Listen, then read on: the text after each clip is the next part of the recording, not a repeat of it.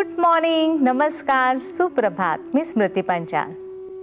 मोगरा फुलाच्या वास्तुशास्त्र या सदरामध्ये आपलं मनपूर्वक स्वागत. मनुष्याच्या प्रमुख आणि प्राथमिक गरजा कुठल्या तर अन्न, वस्त्र आणि निवारा. याच्यापैकी निवाऱ्याचा डायरेक्टली संबंध जो आहे हा आपल्या वास्तूशी आणि अर्थातच वास्तुशास्त्राशी येतो. पूर्वीच्या काळी माणूस जेव्हा प्राथमिक अवस्थेमध्ये राहत होता तेव्हा तो गुहेत राहायचा. कच्चं मांस शिजवून खायचा किंवा झाडांवरची फळं तोडून खायचा. हळूहळू त्याला मांस शिजवून खाण्याची कला अवगत झाली. त्याला अग्नी कळायला लागला. हळूहळू शेतीही त्यांनी अवगत केली. अर्थातच तो फार्मिंग करायला लागला. तेव्हा ते धान्य साठवून ठेवण्यासाठी एक चांगलं भक्कम स्थायी आवास असावं अशी त्याला गरज वाटायला लागली.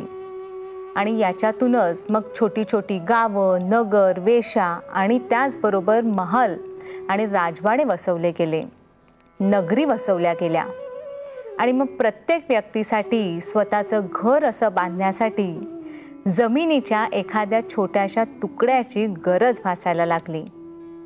आणि याच्यातूनच वास्तुशास्त्र जो आहे याचाही जन्म झाला. अर्थात एखादा जमिनीचा तुकडा जेव्हा आपण खरेदी करतो तेव्हा तो जमिनीचा तुकडा त्याच्या आकारावरून किंवा त्याच्यावरती मिळणाऱ्या एखाद्या वस्तूवरून तो आपल्याला शुभ किंवा अशुभ फलही प्रदान करत असतो हे हळूहळू आपल्या लक्षात यायला लागतं. अर्थात असा एखादा प्लॉट किंवा एखादा जमिनीचा तुकडा आपणही जर खरेदी करत असाल तर मला वाटतं योग्य ती काळजी घेतली तर तो जमिनीचा तुकडा आपल्याला दीर्घायुष्य, समृद्धी आणि आनंद निश्चितच प्रदान करू शकतो. जमिनीच्या तुकड्याबद्दल बोलताना मला सांगावंसं वाटतं की आज आपण ज्या जमिनीच्या तुकड्याबद्दल माहिती करून घेणार आहोत तो आहे पश्चिम वायव्य दिशेमध्ये वाढ झालेला जमिनीचा तुकडा. अर्थातच एल शेप आकारामध्ये ज्या जमिनी आहेत किंवा एल शेप आकारामध्ये जे प्लॉट आहेत त्याच्यापैकी पश्चिम वायव्य हा भाग वाढलेला असा हा जमिनीचा भाग अर्थात प्लॉट. पश्चिम वायव्य भाग जर वाढीला लागलेला असेल तर कुठल्या प्रकारचे रिझल्ट्स आपल्याला मिळू शकतात याच्याबद्दल आज मी तुम्हाला माहिती देणार आहे.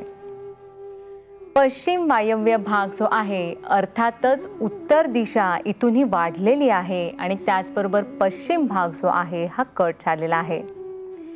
अशा प्रकारचे प्लॉट जे आहेत हे सर्वसाधारणपणे करिअर एन्हान्समेंटसाठी आपल्याला निश्चितच फायदा करून देत असतात. याच्या मागचं कारण यांचा उत्तर भाग जो आहे हा वाढीला लागलेला आहे.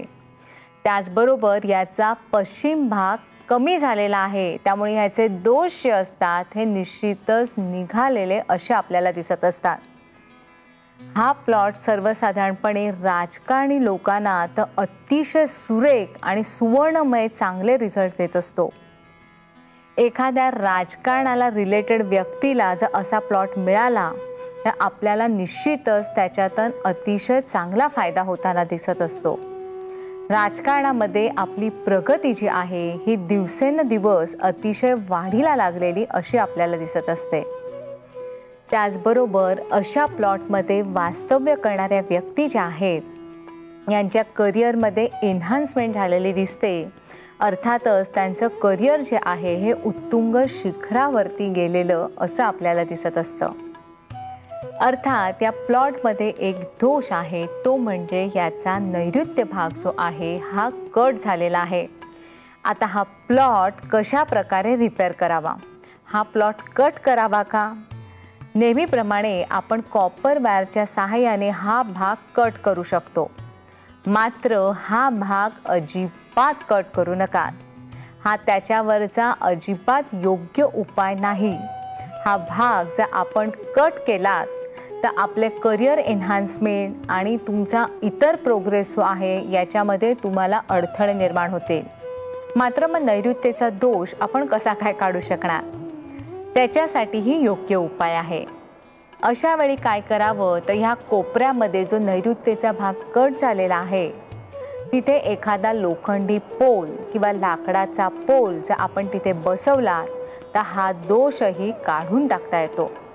नाहीतर काय होईल, जर समजा तुम्ही नैऋत्य भाग तसाच ठेवलात कट झालेला आणि हा प्लॉटही तसाच ठेवलात, तर करिअरमध्ये तुम्हाला चांगला फलदायी होईल, व्यावसायिकदृष्ट्या चांगला फलदायी होईल.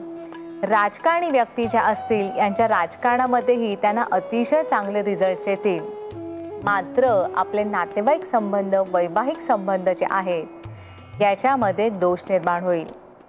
उगाचच वादविवाद, भांडण तंटे यांना ऊत येण्याची शक्यता असते. त्यामुळे जेव्हा आपण रेमेडीज देतो तेव्हा योग्य उपाययोजना करणं अत्यावश्यक असतं. काही वेळेला लोकांना वाटतं की एखादा कट एरिया आहे तर तो कॉपरच्या वायरनी काटावा किंवा त्याच पद्धतीने आपण त्याला रेमेडीज द्यावी. तर अशी ही प्रत्येक वेळेला ही गोष्ट आपल्याला तिथे करता येत नाही. अशा वेळेला इतर उपाययोजना ज्या आहेत यांचाही आपल्याला वापर करावा लागतो. पश्चिम वायव्येचा भाग जर मोठा झालेला असेल तर राजकारणी व्यक्ती ज्या आहेत यांच्या आयुष्यामध्ये मोठ्या मोठ्या अपॉर्च्युनिटीज निश्चितच येऊ शकतात.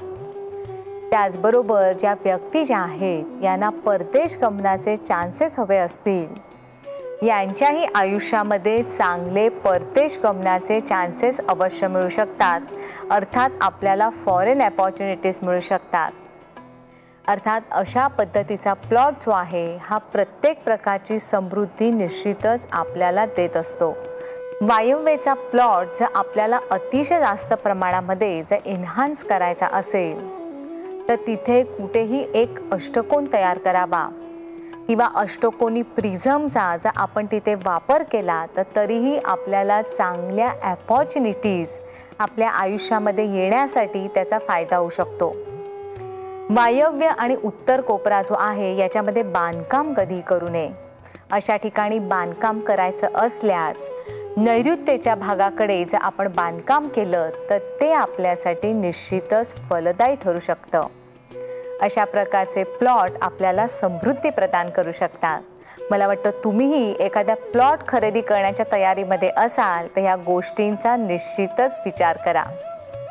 पश्चिम वायव्य प्लॉटबद्दल आज इतकंच.